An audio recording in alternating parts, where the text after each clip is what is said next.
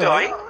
গত পরশুদিন এই যে শামীম কালান্দার বাবা শামীম জাহাঙ্গীর দরবার শরীফ, এই দরবার শরীফে ইসলাম বিদ্বেষী কার্যকলাপ চলমান থাকে। এই ধারাবাহিকতায় গত পরশুদিন রাত্রে সে হচ্ছে ফেসবুকে একটা লাইভ পোস্ট করে, যেখানে লেখা ছিল কোরআন শরীফ যে তৈরি করে সেও মূর্খ এবং যে পড়ে সেও মূর্খ। তো আমরা মুসলমান হিসাবে আমাদের এটা কাম্য না। এখানে যে ধরনের কার্যকলাপ হয় সেটা সম্পূর্ণরূপে ইসলাম বিদ্বেষী হয়। আর এই ঘটনার পরিপ্রেক্ষিতে এলাকাবাসী ক্ষুব্ধ হয়ে আজকে হচ্ছে এই আগুন বা ভাঙচুর এগুলো দেখতে পাচ্ছেন। এটা না হওয়ার কারণ বা এটা ঘটবে না এরকম কিছু আশা করে আমরা ইতিপূর্বে তাকে নিষেধ করছি।